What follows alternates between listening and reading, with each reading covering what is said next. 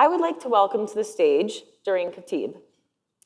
Dareen is the Administrator of Health, Safety, and Prevention Programs at the Orange County Department of Education, where she oversees various whole child-centered support for districts and schools, including health education, nutrition and physical activity, school wellness, staff well-being, and family and community engagement.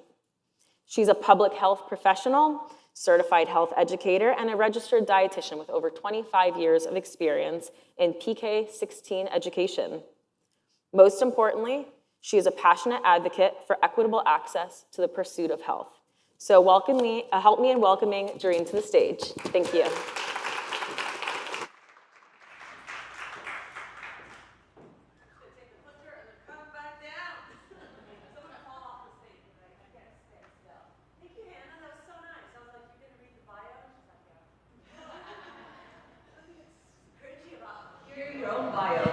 I have to say, I'm a nutrition network baby. I started, my career after my grad school on a nutrition network grant, and thank you.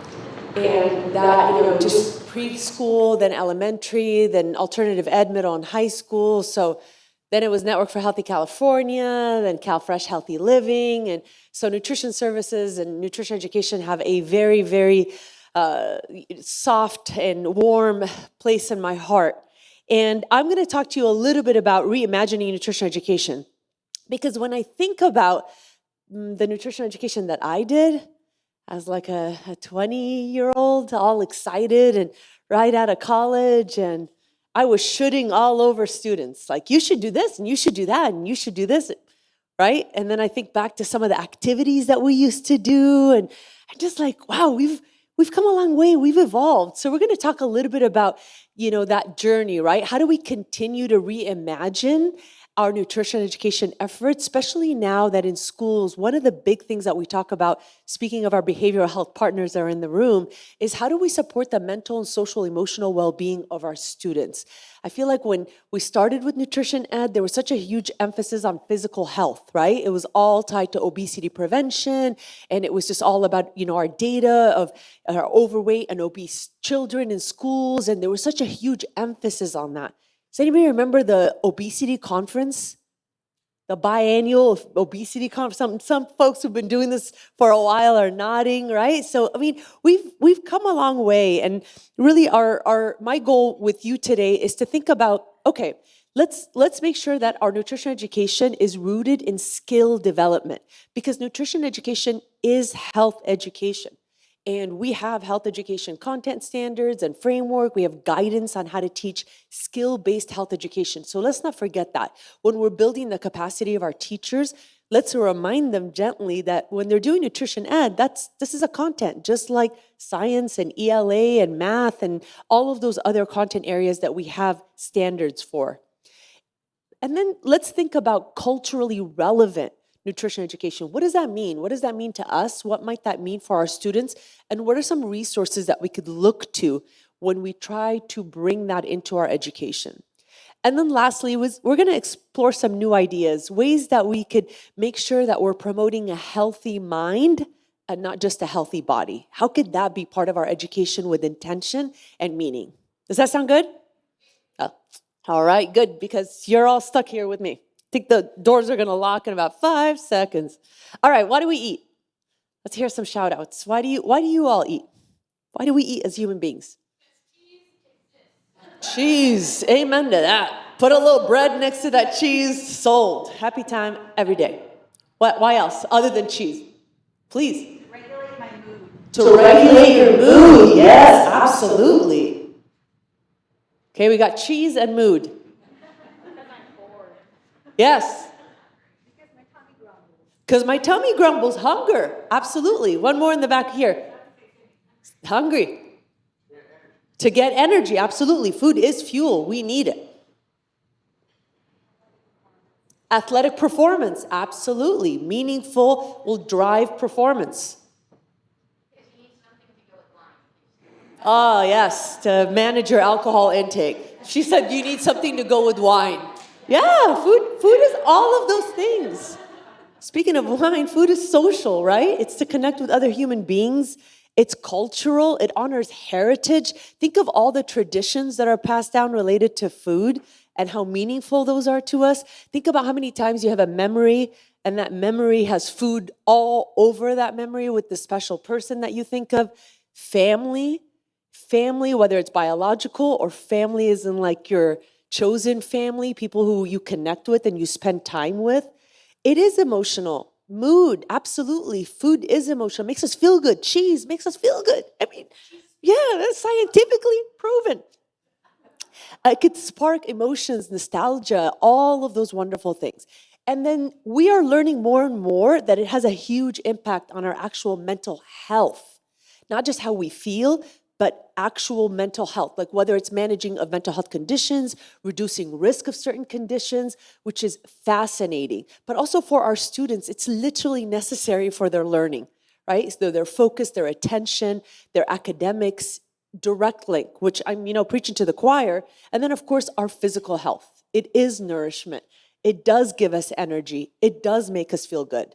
So super important. Do we start by honoring that when we talk to our students, or do we jump right into content, right? Do we pause and have them tell us what they think about? Or is their context for why they eat, or when they hear nutrition, is their context always laced with what they're supposed to do and what they're doing wrong? What's the context? So what are some of the challenges that our students face?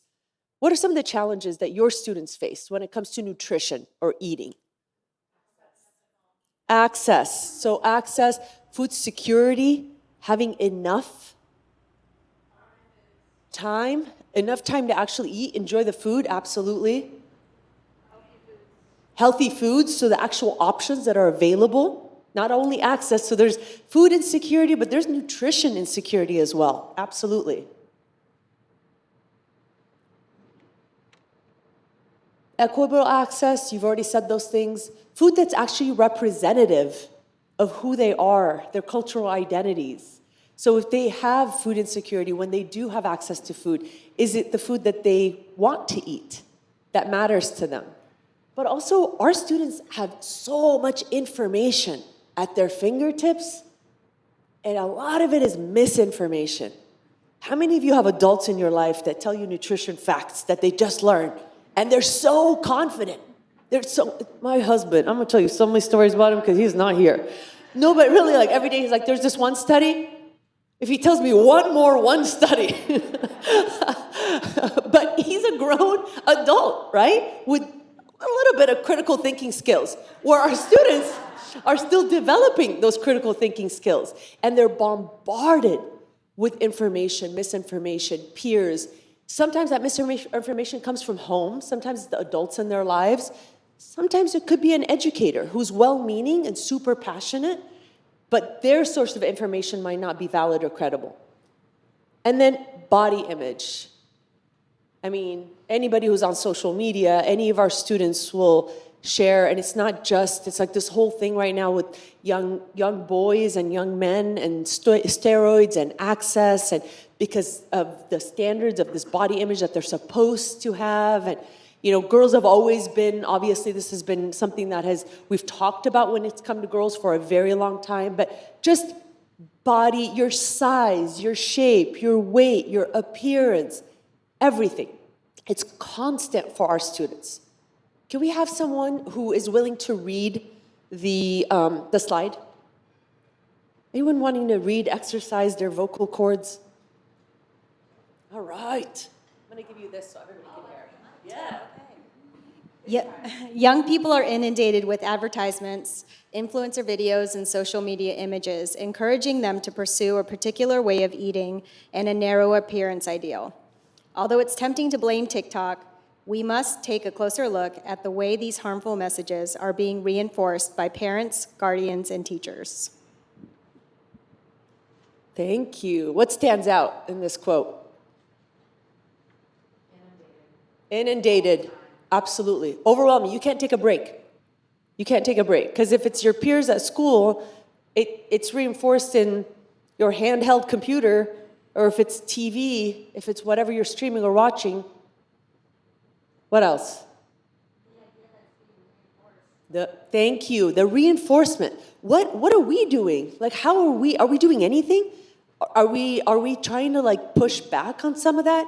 Or are we reinforcing it in the negative, direction? What are we doing? So when we think about the harms of diet talk, I just really appreciate this. You all have access to these slides. Please feel free to use them. We need to have these conversations with the educators that are charged with having conversations with our students, because the harms are very real. When we think about when our children are worried about their weight, it's the time when they're supposed to be gaining weight, that it is a crucial element of their growth and development. We want them to be gaining weight. And puberty is a time of significant weight gain. And it ends up also being the time that they're internalizing and stigmatizing so many messages related to food. Right? So we think about children gain on average 40 pounds in the 4 years around puberty. Girls, their body fat will increase by 120%. That's what we want. That is what they need for their development. That's not a bad thing, right? But 2 in 3 13-year-olds are scared of gaining weight. So that the puberty and that human development experience that's supposed to be normal becomes a very negative experience for them. And they're pushing back on what their body needs for health, for their overall well-being, right? So think about think about the mental state. Think about the impact on your mental health if you're a young person that's pushing back on your body, trying to do what it's supposed to do. That's the scary part.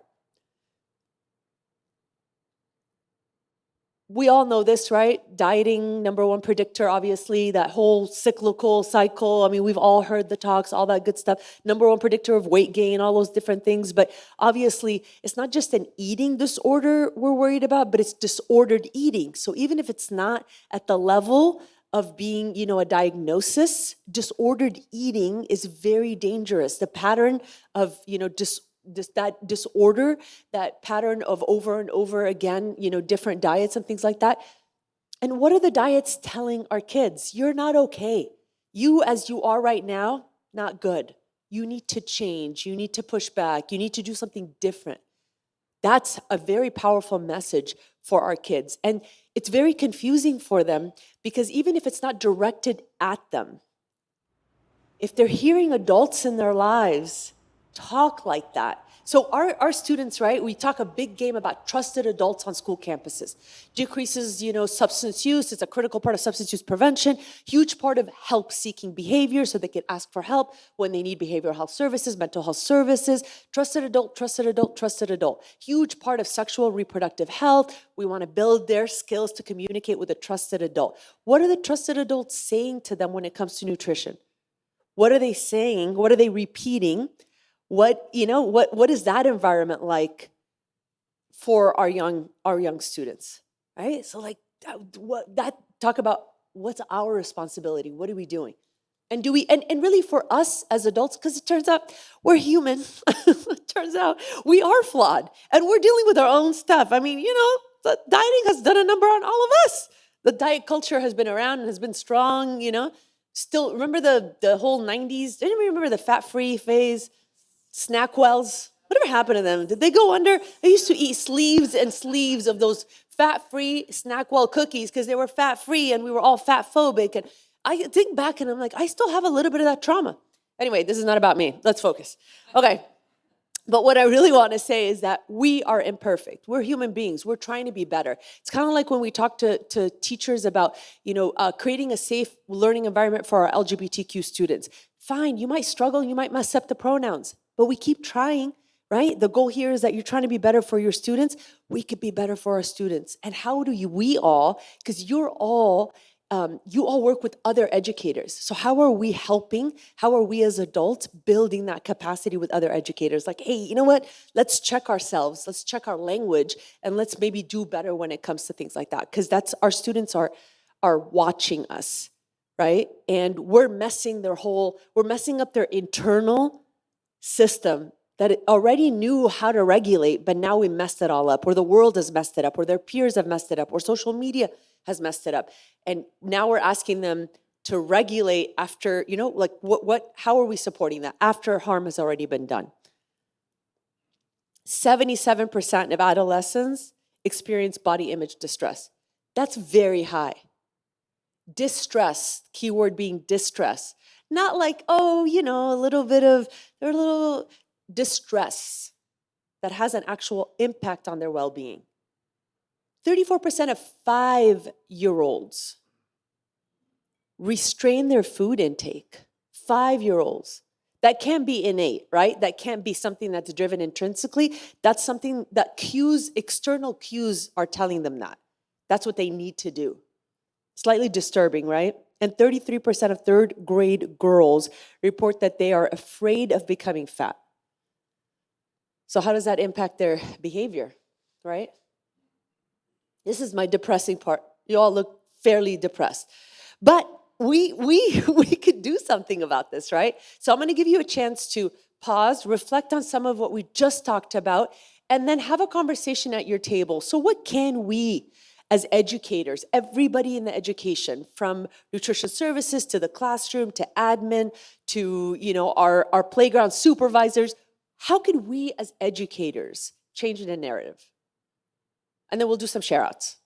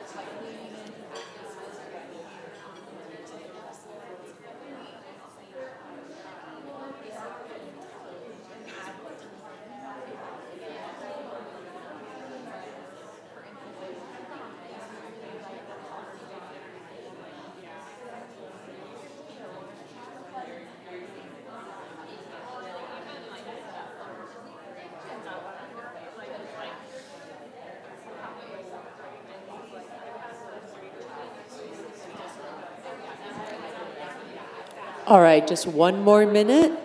So if you're in the middle of a sentence, try to wrap that up and try not to start a new one.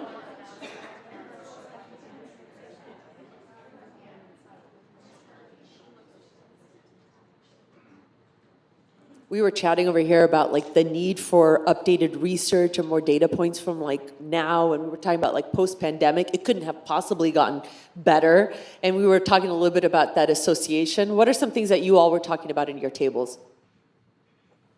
I mean, you were talking about this. I heard some things. No, I'm just kidding. All right, let me come to you.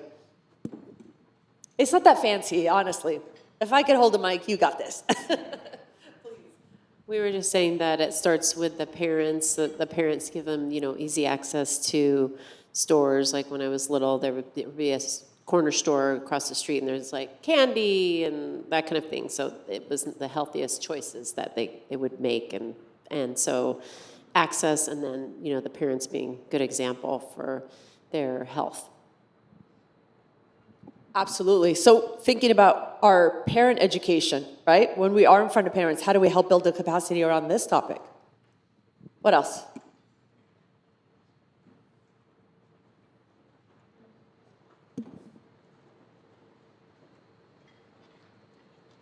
I'm just going to share I'm sorry. When Lacey shared, she shared that when they talk about nutrition, they don't label things good or bad. They label them, hold on, I took notes. How does it taste to you, or when do you enjoy having that? Those kinds of putting it in that frame of mind, as opposed to this is good and this is bad for you. So I appreciate it. Love it. I love how the conversation goes to, okay, let's go to solutions. And so you're talking about the experience rather than the moral value of the food. That's great. Please. Yeah, we were talking about teachers, our educators don't realize that there's health education content out there, and they feel so overburdened by the academic stuff that they have to get through that it becomes an afterthought. And most schools don't have somebody coming in to provide this content that's so important. I agree, definitely. We sometimes get calls from like principals to be like, can someone come out and talk to our 6th grade girls? They're not eating. And it's starting, it's impacting their behavior. So it's always when something, it's like, right? It's responsive, not upstream preventative. And it's like, we're gonna wait until they haven't eaten the whole school year? I mean, how long has this been going on that you as the principal are asking for support? And is one assembly gonna change everything? So, anyway, right? So it's like, come on. But, here's another thing. Our educators, they're very concerned with what? It starts with a B. It's not a bad word. What is it? 100%. Admin is going to be concerned about budget. But like our teachers, our counselors, their behavior, they're very concerned about behavior. Your food-related actions, whether you're eating or not, what you're eating, when you're eating, all of that has an impact on behavior. And it manifests sometimes in irritability, in social interactions that aren't positive. And sometimes when we link that for educators, there's a little bit of an, oh, okay. Right? So it's not just mental health conditions. It's not just, the kid is anxious, they're depressed. Well, what are some things that we could actually do? Oh, guess what? Nutrition is part of the tools that we have in our toolbox. Even if that is a diagnosed condition for the child, these are ways that we could support them. So you all started to say this already. We could shift. Language matters. Sometimes something as simple as how we talk about food matters, how we talk about nutrition, how we talk about eating, those experiences. So, that table already kind of prompted this, and I really appreciate it. So not demonizing food. And some of it too, sometimes we bring our personal practices or ideas or biases to our students, and we have to be careful about that, right? We don't walk in and do that with religion, right? We don't tell students, this is the only religion, everybody else is gonna go straight to hell. But sometimes when we talk about food, it's like, oh, this is terrible, and this is terrible, and this is terrible, and this is what's right? We feel a little bit more emboldened, right? So really pausing and thinking about that, not demonizing food, not placing moral value on food, the good and the bad, or you're good or bad for certain behaviors. The language of addiction when it comes to food, like how we talk about cheese. I mean, no, I'm just kidding. And any kind of diet talk in front of our kids or to our kids. Do any of these statements sound like something you've heard someone say or have said ourselves? Getting ready for a wedding, I can't have that. I'm about to go on a cruise. I'm going to be good. That means you're a horrible person for eating that brownie. What just happened here?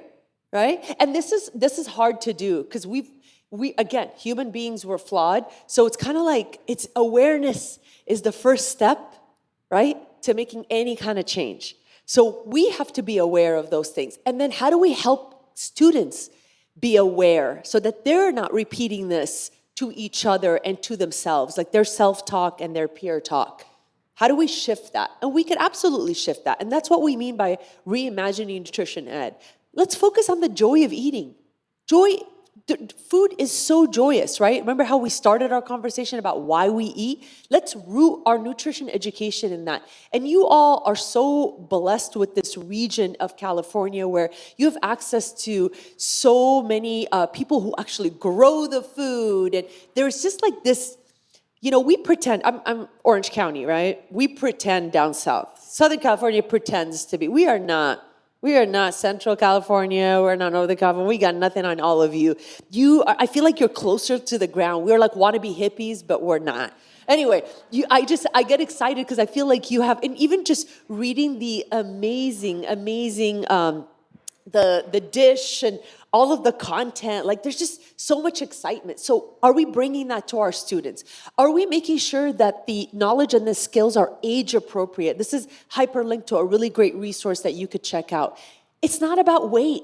So again, like for some of us that have been involved with grants that have always been tied to data related to overweight and obesity rates, stepping away from that, if you're gonna talk about nutrition, it should be for the pursuit of health, the wonder of it all, the wonder that food has such a huge impact on so many parts of our bodies, inside and out, right? And not so much about what the impact will be on a change in body size or appearance or shape. So rooting it back into that wonder and then having that be a part of the norms. So that becomes like before we even start, so when we talk to teachers about teaching mental health education or substance use education, we always, human trafficking, sexual health, heavy content sometimes, right? We always say, be prepared and give students a little background and then set some norms. Set some norms on how this dialogue is gonna go and what you can and can't, how we're gonna speak and how we're gonna consider each other. We could do that for nutrition ed. We could do that in a way that it isn't about weight, that it isn't about body, that we respect that all our bodies come in different shapes and sizes, appearances, all of those good things, and root our children, right? We have to build their capacity around this because we need them to also be better than us as they grow and they're talking about nutrition. And then, of course, using culturally relevant lessons and activities that celebrate who they are. So the California Health Education Framework, this is how they define cultural identities. A lot of time when people think culture, what's the first thing that you think of? Someone's culture, usually you think of their ethnicity, right? Ethnicity. But it's not just that. It's even the language, it's their religious background, it's their experiences, their home and cultural experiences. Sometimes it's their family composition, their gender expression. All of those things are part of student identity. So how do we allow for that? And the burden isn't on you. Not necessarily. It's creating a space where students could share those identities. And then we as educators see them as resources, that they're valuable, that they allow for deep learning. And that's what relevant education is. It's when students see themselves in the education that they're getting, that there's space for who they are. And as educators, sometimes, we're not prepared to make that for everybody because we have so many diverse identities. That's fine. Create a space where they could tell you who's represented in the room. right? What do the activities look like? Do we pause and allow for that and have students share about their home experiences related to whatever the topic is, even if it's an actual food that we're talking about? So thinking about those pieces. And the other thing that I really appreciate when we talk about relevant and responsive teaching is that it's not just in our materials, like this lesson is tied to culture somehow. It's in the way that we speak. It's in the visuals that we use. It's in our resources. So even if your resource isn't, what are some couple of tweaks that you can make to your resource to make it more relevant to your kids? Right? What are some pauses? And I'm gonna just, go left with this real quick. That's gonna make it more relevant for my students. Or I'm gonna pause and create an activity or a conversation or a discussion, and it's gonna bring up diverse identities from the space, from the room that my students could then, elevate. So thinking about like, how are we doing that? It's not just, somebody's gonna hand you a culturally relevant lesson. It's not how it works, right? The practice is, how are we doing that? And how can we be better?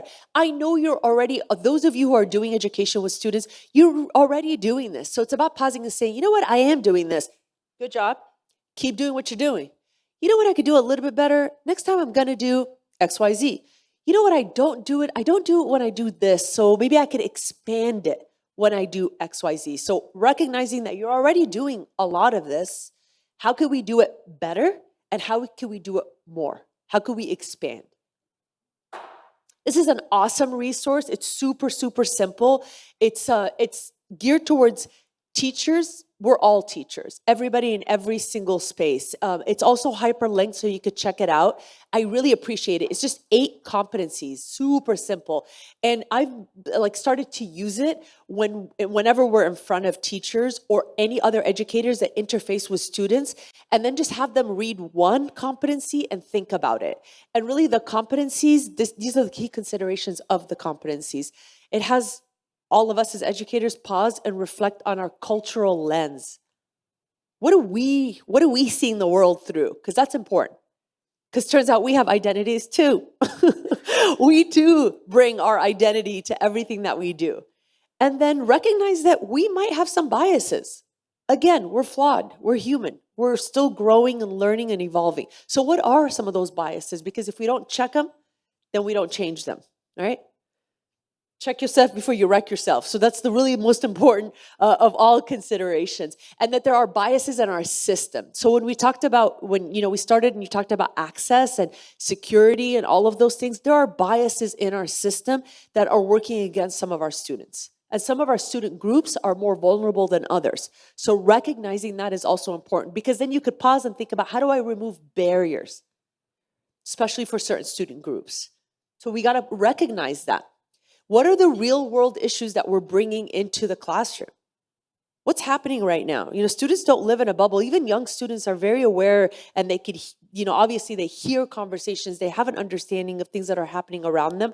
Make it relevant by bringing real world issues into the classroom for them. There's a whole piece around, this young generation that has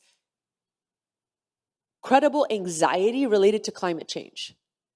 There's new legislation about climate education to address that as an issue. That's a real thing. So that is a relevant real world issue. How are we connecting those dots? How are we creating space, especially as we get into the middle and high school, for them to do some learning that they could bring into the classroom for those conversations to be relevant? Model high expectations, we talked about those norms. All of our students need to be respectful of the diverse identities that are in our classrooms. And then, of course, collaborations with the community. What value can our families bring to these conversations? What might that look like? And then really for us, it's kind of pausing and coming back. What are we trying to do with this education? What's the point of nutrition education? What's the point? I mean, it's not really our job in education. It's not necessarily to tomorrow to have a change in their current health, talk about their physical health. It's whole child approach. If we look at it from that whole child approach, then we really want students to have a healthy relationship with food. We want them to have a lifelong healthy relationship with food. We don't want them talking about SnackWells in their 40s. That is not healthy, right? We want them to, their experiences are about like, all of the things that they learn about how food is grown and why, and how farmers feel about, how they have a special relationship with the food that they grow, or what, the community and the experience, what, all of those different ideas. And it's okay, of course, for them to think about their health and their well-being. We want that. So what does that look like? So this is rooted in California health education standards. So our standards are all about skill development. But the first standard in California health education is essential concepts. So our job in education, turns out, is credible information. We don't want them relying on external sources that might not be credible. We at least want them to learn how to question what they're reading. You don't just see something, you hear an influencer say something about, food or a supplement or an ingredient or whatever, and then take it at face value and that's it. No critical thinking whatsoever. How do we teach students, like, okay, what are the essential concepts that we want them to understand? So like nutrient density, that's an essential concept, understanding what that even means, right? What does that mean? Not all, different food offers different things, and what are nutrients, and how do we understand that? Basic food science, nutrition science, right? Core concepts. Honor their hunger is a decision making. So we talked about hunger was another, cue. That's a cue. So recognizing that, honoring, we want our students to eat. That decision making is a skill. It has actual steps to attain them. Communication, they have to communicate, especially our young students, right? Communication is a skill. Practicing that skill could look like role playing, and you could 100% have that be revolved around like an experience that, the nutrition education, or like a harvest of the month or a taste test. Then they could communicate. If it's something that they liked and they experienced, how would you advocate for, your family maybe potentially bringing that ingredient into the home if that's accessible? Practicing health enhancing behaviors. We actually want students to eat enough. Turns out enough is also important. We don't want them to be restricting. We want them to eat regularly. So it's, moving from like old school, they're going to food log and criticize all the meals that they've eaten and do, calorie calculations. Instead, they could talk about just frequency. How hunger, on a scale of like just hunger cues, and recognizing eating in recognition of hunger cues and stopping when you're full. That could just be a cool experience, a mindful eating experience that isn't about calories, that isn't about weight, that isn't about appearance, but it's about experience and food experience and eating experience. And then healthy relationships, we want them to be not just with each other, but with food and how they talk to each other. You ever hang out with, especially like middle schoolers, and how they talk to each other about food and what they're eating and the way that they criticize each other? It's painful. I'm like, ouch. It's kind of funny, but that's messed up. You should not have said that now. But really, they could be so mean to each other and so critical of each other. And then it turns really ugly really fast. So, pausing and really considering, that's a skill. That's a skill that we could help our students develop. General, it's not about weight. It's the pursuit of health. Reminding students they need to recognize that they're still growing, so that they need to honor that. We talk a lot about what our bodies should look like sometimes instead of what our bodies could do. So celebrating our abilities, all abilities, recognizing that some students might have some, visible or non-visible disabilities, but what can your body do?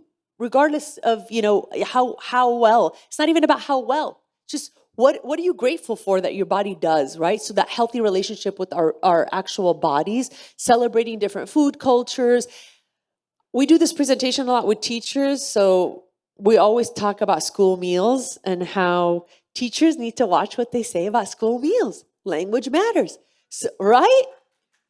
Right? I know, obviously I'm talking to you all, nutrition services in the house, but we emphasize this very much. So we talk a lot about, like, again, access to food, and, you could be demonizing a meal that is crucial for a kid who sees you as a trusted adult, hears you talk crap about whatever your adult opinion is of the school meal, and now that student might not eat that school meal because of what you just said. That's not okay. right? So how do we think about, so, in addition to obviously like dispelling myths and, and things like that, it's really recognizing that we need our educators, every educator, to promote our school meals so that we can have that practice. Eating on campus is literally practicing healthy eating skills. So let's all promote that as an opportunity. So continue to make that connection for them. So we talk about what are the shifts? These are some really fun ideas. These are, again, we share them with teachers. Feel free to share these with your teachers. We just gently remind them, our younger grades, you want to do art and focus on your 5 senses and the cooking and the gardening and the composting. It's not just about the 5 food groups and the whole red light, green light, yellow experience and joy and hands-on and fun. That's what we want our little ones to experience. Some really fun activity ideas that are linked on the bottom. For our middle and high schoolers, start and emphasize that healthy relationship with food. We kind of undo the negative, right? We're trying to also undo the negative, not add. We want to be super positive. We want to have an asset-based lens. Let's focus on what to include rather than what to exclude. A lot of times we do a lot of education of what not to eat. Remember the whole eat this, not that? Also terrible. Anyway, but it's not about eat this, not that. Let's just focus on what we want our students to experience, to include, to try. Let's focus on the why. The why, again, if we focus on the why about that it's linked to everything, also their mind and their overall mental health well-being, they might be more invested in giving that a shot rather than it just being all about a moral value or your behavior is wrong or judgment in that sense. It doesn't work. We know that doesn't work. We want them to focus on a variety. We want to allow them to personalize their learning. So how about they get to determine what they want to learn more about, what they're intrigued by, what they're curious about, and then they could also participate in that learning. And I know these might sound grand, but even if you have 30 minutes with your students, anytime you're even if it's a large group, even if it's in the cafeteria, think about how your little nutrition education nudges can allow for some of those things. Think about your messaging. Is your messages inclusive? Is it focused on an asset-based approach to healthy eating? What are those little ways that we can make those tweaks? Okay, this is my final pause and reflect. I want you to just have the conversation. What are you already doing? Because I know you're already doing a lot of this. So I want to acknowledge that and celebrate that. So what are you already doing? And what's an idea or two that you might want to integrate or think about doing more of or adding to your current efforts? And then we'll do a couple share outs and then I promise I'm going to wrap up. Okay, no, I'm okay, right? So what do I? Only God knows.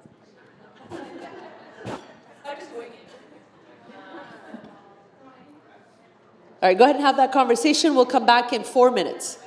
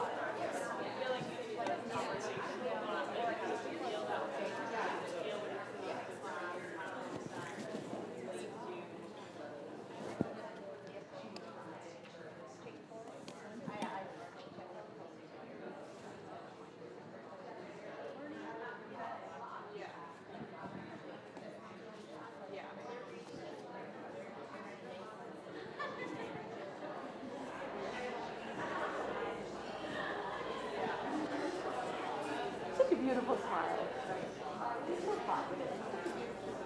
Very encouraging. My birthday's here.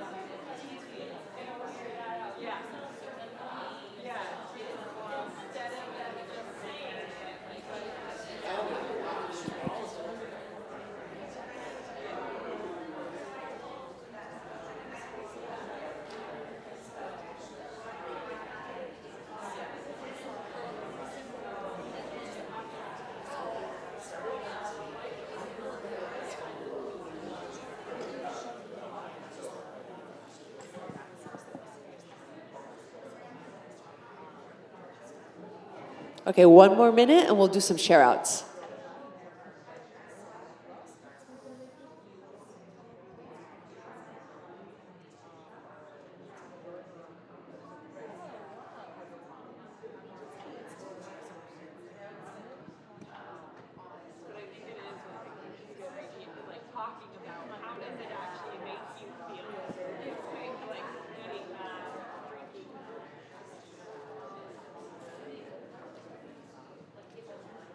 All right, go ahead and finish the sentence that you're working on. Try really hard not to start a new one.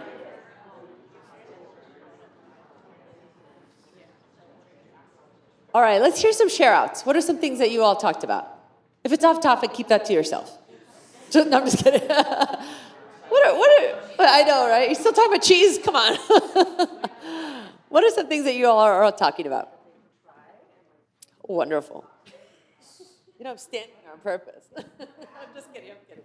No pressure. Yeah, we were talking about creating opportunities for mindfulness and helping students understand why are they eating the things they eat. Maybe it is that they don't have a choice in what they're given. Maybe they don't feel like their voice matters, but we can encourage them to advocate for what are things that you want to eat, you know, and also helping them to connect their food to their body and how does it make them feel when they skip a meal? How does it feel when they eat certain foods? But giving space for them to pause and reflect. Absolutely. Thank you for that. I think we were talking earlier about time and students having enough time and us making time for all of those discoveries. That's incredibly valuable. And Pam and I were just chatting about, Pam made the observation of like a lot of this is like social emotional competencies. Like we talk about SEL, you know, this is all SEL, right? It's self-awareness, social awareness, the pausing, all of that. What else?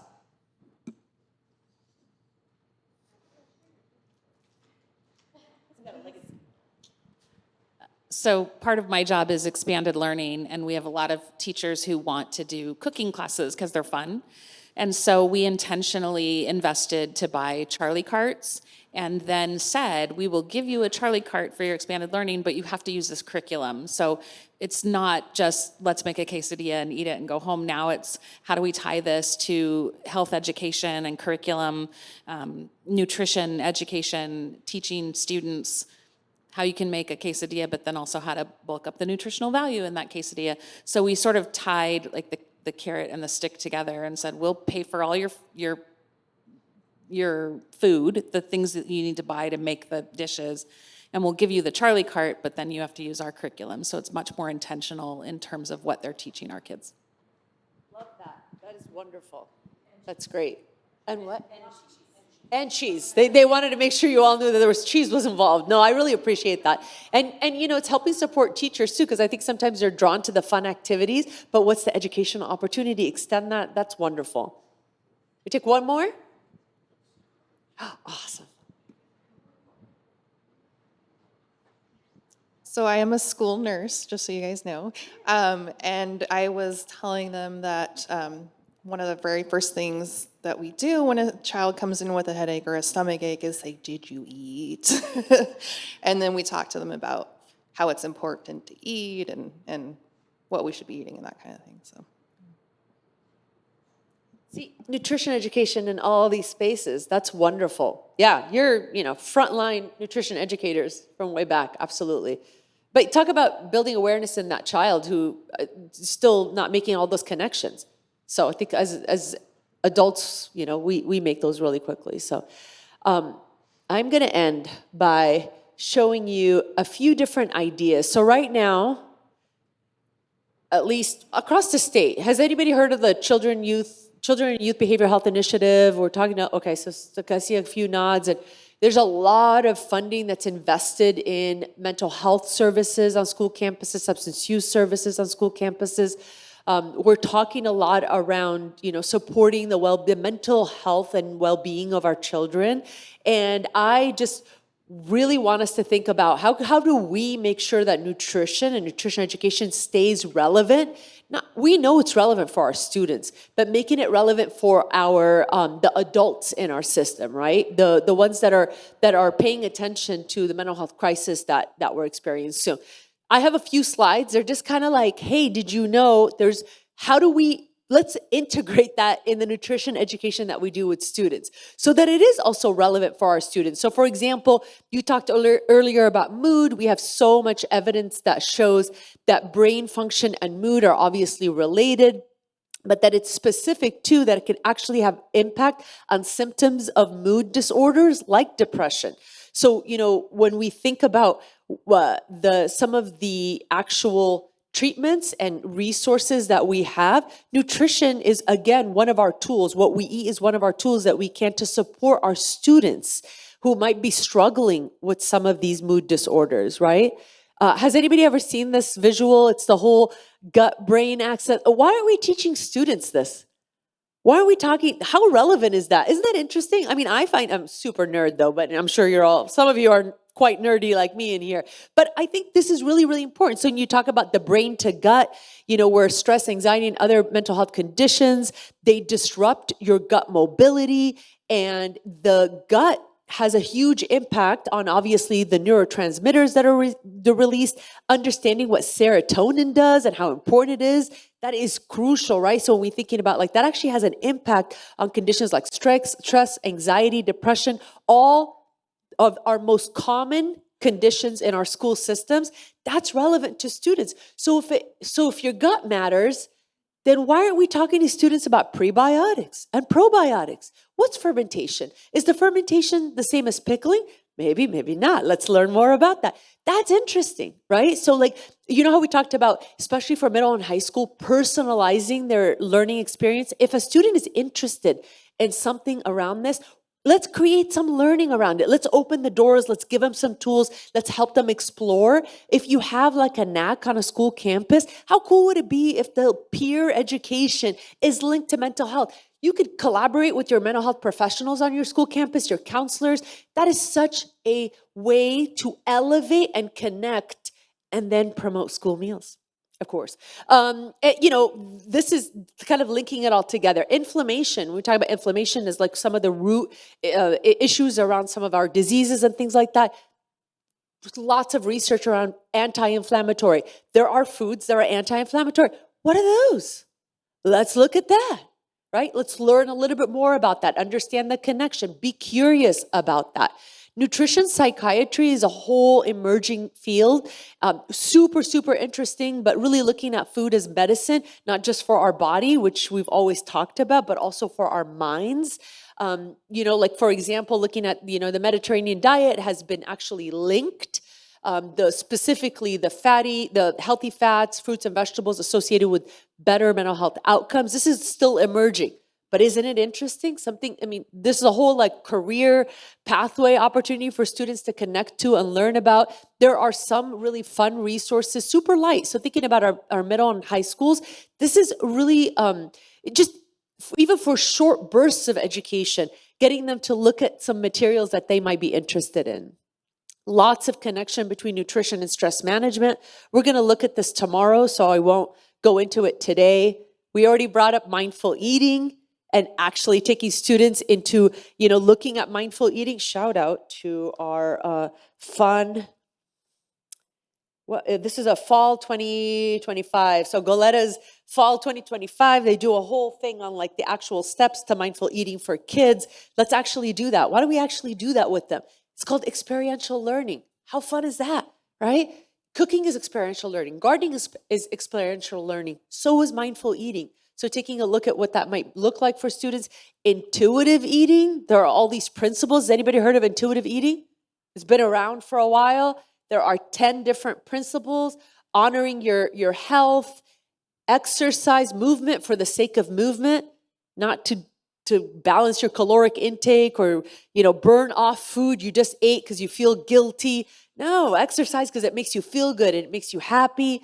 Not being the food police, challenging the food police. There's some really, really cool, simple principles. This could be integrated, especially for high schoolers. Because we want them to have a healthy relationship with food. So these are all just different ways for us to think about how do we integrate that mental health lens into what we do so that it is relevant to what our students are experiencing today, tomorrow, right now. Not just cardiovascular disease that they're not worried about. I used to do so much cardiovascular. I used to draw the heart and the arteries. But did I think middle schoolers really cared about, their arteriosclerosis? Oh my God, so many regrets. Anyway, I digress. And then last but not least, are we engaging students on our local school wellness policy? Some of you might. Do any of you have any students on your wellness committee that speak to the policy? We got 1, 2, yes, shout out to that. That's wonderful. And that's another way for them to, be linked and have it be relevant and have them tell us what they want to see more of. And how they want to support, the efforts that we're all working towards at a district and a school level. So just some simple ideas, lots of great resources for you to check out. And really, ultimately, the last question I'll leave you with is, how do we build curiosity over judgment? I was talking to a therapist once, and she said, you have to kind of choose. It's very rare that people are able to be both at the same exact time. You're either curious or you're judgmental. I always thought that was really interesting. How do we help our students lean into curiosity rather than being judgmental, rather than about themselves or others, and really when we think about food, we want it to be a positive experience. So with that, I am gonna, all right, I got the thumbs up that I ended close to being on time. Thank you all so much. Thank you for engaging. Thank you for the ideas share. I really appreciate you. Here you go, Hannah. Thank you. Thank you so much, Dareen. We so appreciate hearing you speak. I could listen to you talk about this stuff all day. I really liked the emphasis on the phrase skill-based health education, giving students those skills that are lifelong skills and tools that they can use forever. And then it also really was a scary reality, yet a necessary reminder that those diet talk conversations can be very harmful. And that impact and that influence, it starts with us. And I think we can all say that we all are, just like you said, human, and we need to continue to work on that for the benefit of our students. And thank you again, too, for highlighting the importance of wellness policies. And I love that idea of having a student as a participant on a wellness committee. That's something that I think I definitely would love to implement so that our students have another platform to educate their peers and to educate us and tell us what they need.